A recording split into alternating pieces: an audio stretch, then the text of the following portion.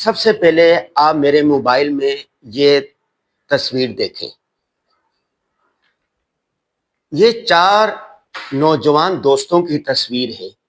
ان میں سے 3 گجرات سے تعلق رکھنے والے ہیں اور ان میں سے ایک دوست اٹلی سے آیا ہوا تھا۔ آپ کو پتا ہے نا، جب باہر سے آتے ہیں تو ان کے پاس پیسہ ویسا ہوتا ہے تو دوست احباب کہتے ہیں کہ چلے یار گھومنے پھرنے کے لیے چلتے ہیں۔ تو یہ چاروں دوست اپنی مہران گاڑی میں یہاں سے گجرات سے روانہ ہوئے گلگت استردو کے لیے۔ وہاں جا کے سیر و سیاحت کرتے گئے۔ گنجی پڑی ایک مقام ہے وہاں پر، تو وہ آپ کو پتا ہے کہ یہ جو شمالی علاقہ جات یہ سارے پہاڑی علاقے ہیں، بہت بڑی بڑی کھائیاں ہیں، پہاڑ ہیں اور پھر بہتی ندیاں ہیں، بہت خوبصورت علاقہ ہے۔ لیکن وہاں پر گاڑی چلانا ہر آدمی کے بس کی بات نہیں ہے۔ یہ چاروں دوست ایک گاڑی چلا رہا تھا، 2 پیچھے بیٹھے ہوئے تھے، ایک سائڈ میں تھا، گپ شپ کرتے ہوئے جا رہے تھے۔ تو گنجی پڑی کے مقام پر ایک بڑی پہاڑ کے اوپر سے جا رہے تھے تو وہاں سے گاڑی پسلی اور سیدھی کھائی میں آگے۔ اس کی تصویر بھی آپ دیکھیں، ایسا خوفناک ایک منظر ہے۔ یہ دیکھیں، اوپر سے گاڑی گری اور نیچے کرچی کرچی ہو گئی، اور ان میں سے 3 نوجوان تو اندر ہی رہے، وہی مر گئے۔ جو چوتھا نوجوان تھا وہ باہر پڑا ہوا تھا، اس کے ہاتھ ٹوٹ گئے تھے، پاؤں ٹوٹ گئے تھے، اور اس کے بعد ان علاقوں میں نیٹ ورک بھی نہیں چلتا، اور پہاڑوں میں نیٹ ورک تو بالکل نہیں چلتا۔ وہ بھی وہیں، چاروں نوجوان وہیں پر مر گئے۔ وہاں ارد گرد کوئی آبادی نہیں، پہاڑی بڑا سلسلہ ہے۔ اس کے بعد ان کے جو والدین تھے انہوں نے رابطہ کرنے کی کوشش کی، فون بج رہا تھا، لیکن کچھ عرصے کے بعد بیٹری ختم ہو گئی۔ سیر و سیاحت کے لیے جب جاتے ہیں کہ ہر ایک کو یہ ہوتا ہے کہ چلو سیر و سیاحت کے لیے گئے، ان کو تنگ نہ کیا جائے۔ جب 3-4 دن گزر گئے، ان کے فون بن جا رہے تھے، تو پھر ان کے والدین نے اخبارات میں اشتہار شائع کیے۔ یہ اشتہارات بھی ہیں یہاں پر، یہ ایک ویڈیو ہے، اس کے اندر یہ ویڈیو ہے، اس کے اندر اشتہارات ہیں۔ چاروں والدین، ان چاروں نوجوان کے والدین نے اشتہارات شائع کیے کہ بھئی ہمارے بچے نہیں مل رہے۔ وہ معلومات کی، انکوائری کی، سرحد حکومت اور یہ علاقے کی جو حکومت ہے بہت اچھی ہے، سیاحوں کا بڑا خیال رکھتی ہے۔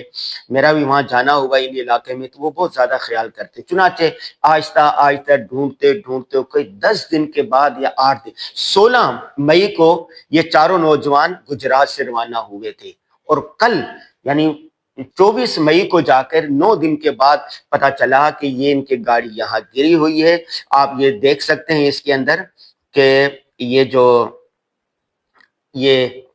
ریسکیو والے ہیں، یہ دیکھیں، یہ ریسکیو والے یہاں پہنچے اور پہنچ کے ان نوجوانوں کی لاشوں کو گاڑی سے نکالا، گاڑی کاٹ کے نکالا، اور پھر یہ لاشیں گھر پر جیسے آئی ایک کوہرام مچ گیا۔ آپ تصور نہیں کر سکتے، جو باپ ہے نا، جو ماں ہے، اس کو پتا ہوتا ہے کہ چھوٹے سے بچے کو کس طرح، کن دکھوں کے ساتھ، کن ارمانوں کے ساتھ انہوں نے پالا ہوتا ہے۔ اور جب گھبرو نوجوان ہو جائے تو ماں باپ خوش ہوتے ہیں کہ ہمارے بڑھاپے کا سہارا بن گیا۔ بہنیں خوش ہوتی ہیں کہ ہمارا بھائی جو ہے ایک سہارا بن گیا، ایک ان کو ایک وہ مل گیا، فخر کرتی ہیں کہ ہمارا بھائی ایسا ہے۔ اور جب کسی شادی ہو جاتی نا عورتوں کی، تو پھر وہ اپنے شوہروں کو بھی کہتی میں اپنے بھائی کو بتاؤں گی، ٹھیک ہے۔ تو بہنوں کو بھی ارمان ہوتا ہے، ماں باپ کو سہارا ہوتا ہے، اور پھر ہوتے ہیں کہ ان کی شادی فلاں جگہ پر کریں گے، ہماری بہو آئیں گی، ان کے بچے آئیں گے۔ اور آپ جانتے ہیں کہ ایک چھوٹے سے بیج سے لے کر اس کو بڑا کرنا، پھر 25-30 سال کا جب جوان ہو جائے، کمانے لگ جائے، اور اچانک ان کے اور خوفناک طریقے سے موت واقع ہو، تو اس کا تصور صرف وہی کر سکتا ہے جس پر یہ بیتی ہو۔ اللہ تعالیٰ سب نوجوانوں کی حفاظت کرے، اپنے حفظ و امان میں رکھے۔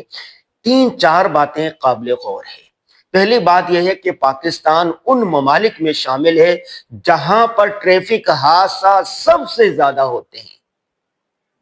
سندھ، بلوچستان، خیبر پختونخوا اور یہ علاقے، میں نے پوری اس پر ایک ریسرچ، ایک مقالہ لکھا ہے، کسی وقت میں آپ کے سامنے پیش کروں گا۔ دوسری بات، ایک کراچی میں ڈرائیونگ کرنا اور پہاڑوں پہ ڈرائیونگ کرنا، یہ بالکل دو مختلف طریقے ہیں۔ بہت سارے نوجوان ندانی کے اندر جو یہاں سیدھے روڈ پہ ڈرائیونگ کرتے ہیں وہاں پر بھی چلے جاتے ہیں۔ پہاڑوں پر ڈرائیونگ کرنا بالکل الگ ہوتا ہے اور وہاں کے مقامی ڈرائیوروں کو ہی کرنا چاہیے، سیر و سیاحت کرنی چاہیے۔ قرآن کا حکم قل سیروا فی الارض، گھومو پھرو دیکھو، اللہ تعالیٰ نے کیسی کیسی چیزیں بتائی، لیکن اپنی حفاظت سب سے مقدم۔ آپ اکیلے نہیں گئے، آپ نے اپنے خاندان کو بھی، وہ کہتے ہیں نا کہ تم اکیلے نہیں ڈوبے، اپنے خاندان کو بھی ڈبا دیا۔ اگر یہی جوان ہوتے، پھر شادی کرتے، پھر ان کے بچے ہوتے، پھر ان کے بچے ہوتے، ان میں سے پتہ نہیں کون دین اسلام کے لیے کیا کچھ کام کرتا، اس کی نسل جو تھی، جو شادی شدہ نہیں، ان کی تو نسل ہی ختم ہو گئی۔ پہلی بات یہ ہوگی کہ جب آپ کہیں پر جائیں ان علاقوں میں، مقامی ڈرائیور اور گائیڈ اور رہبر اپنے ساتھ لے لیں۔ میں بھی پوری دنیا ٹریول کرتا ہوں، پوری دنیا گھومتا ہوں، میری عادت ہے جب بھی جاؤں وہاں پر مقامی آدمی ساتھ ہوتا، خود ڈرائیونگ کبھی نہیں کرتا۔ دوسری بات یہ ہے کہ جب آپ جا رہے ہیں نا وہاں پر، تو آپ کسی نہ کسی کے ساتھ رابطے میں رہیں، کسی نہ کسی کے ساتھ رابطے میں، کہ ہم فلاں جگہ پر ہے، فلاں جگہ پر ہے، فلاں جگہ پر ہے، کسی نہ کسی کو، تو اللہ نہ کرے کوئی ناگہانی چیز پیش آ جائے، ناگہانی حادثہ پیش آ جائے، تو لوگ وہاں پر پہنچ سکیں۔ بہت سارے لوگ جاتے ہیں دفتر کی دوستوں سے رابطہ ختم کر دیتے ہیں، کہتے ہم تو کسی سے رابطہ نہیں کریں گے، بس ہم تو انجوائے کریں گے، تو اس طرح کے حادثات پیش آ سکتے ہیں۔ تیسری بات ماں باپ کے لیے، والدین کے لیے ہے کہ وہ اپنی اولاد کو یوں ہی نہ چھوڑ دیا کریں۔ انہوں نے کہا دوستوں کے ساتھ مل کے جائیں گے، ماں باپ نے کہا ٹھیک ہے جاؤ، بالکل نہ جانے جائے جب تک کہ ان سے پوچھاؤ کہ گاڑی کون سی ہوگی، ڈرائیور کون سا ہوگا، مقامی آدمی کون سا ہوگا، کس علاقے میں جانا ہے، وہاں کے حالات کیا ہیں، وہاں کا موسم کیسا ہے، آب و ہوا کیسی ہے۔ پوری دنیا میں سیر و سیاحت ایک انڈسٹری بن چکی ہے۔ باہر ممالک میں سفر کرنا ہوتا ہے، وہ ساری احتیاطی تدابیر اختیار کرتے ہیں، موسم دیکھتے ہیں اور اس کے بعد سیر و سیاحت کرتے ہیں، ٹریول کرتے ہیں۔ ہمارے ہاں بارش ہو، آندھی ہو، طوفان ہو، بس چل سو چل، باہر نکلو، باہر نکلو، ہلا گلا کرو، شور شرابہ کرو۔ تو والدین کو چاہیے بچوں کو، نوجوانوں کو جب تک یہ ساری چیزیں نہ ہو جائیں ان کو ہرگز جانے نہ دیں۔ اور آخری بات یہ ہے کہ زندگی بہت خوبصورت ہے۔ وَلَا تُلْقُوا بِأَيْدِيكُمْ إِلَى التَّهْلُكَةِ، اپنے آپ کو خود ہلاکت میں نہ ڈالو، خود بربادی میں نہ ڈالو، اپنے آپ کو کیوں تباہ کر رہے ہیں؟ ابھی میں دیکھ رہا تھا کہ ایک جگہ پر دو نوجوان تھے، بائک پر بیٹھے ہوئے تھے اور ون ویلنگ کر رہے تھے، اور جب میں ان کو روکا تو انہوں نے سمجھا پتہ نہیں کیوں روک رہا ہے۔ میں نے کہا بچوں، آپ اپنی تو تباہ ہو گئے، اپنے برے ماں باپ پر تو رحم کرو۔ انہوں نے نہیں مانا، تھوڑے سے آگے گئے، آگے کوئی چھلکا پڑا تھا، کیلے کا تھا یا کیا تھا، یا چکنائی تھی، وہاں پر بائک ایسے میرے سامنے کلٹی ہوئی اور ایک نوجوان کی ٹانگ ٹوٹ گئی۔ اب پچھتا رہا ہے، اب پچھتاوے کیا ہوت جب چڑیاں چگ گئی کھیت۔ اب پچھتانے سے کچھ نہیں ہوگا۔ مجھے یاد ہے کچھ سال پہلے میں ہسپتال میں داخل تھا، تو میرے ساتھ والے بیڈ پر ایک 12-13 سالہ بچہ ہوگا، اس کی دونوں ٹانگیں کٹی ہوئی تھی، وہاں پر آیا تو ایسا چلا رہا تھا، ایسا چلا رہا تھا، اللہ۔ اس کے ماں باپ آئے، جب تھوڑی دیر کے بعد میں نے پوچھا کہ ہوا کیا، اس کے باپ نے روتے ہوئے کہا کہ میں دفتر سے آیا اور میں نے بچے کو کہا کہ بیٹا بائک کو گھر کے اندر لے آؤ، باہر کھڑی ہوئی ہے، مجھے کچھ کام تھا۔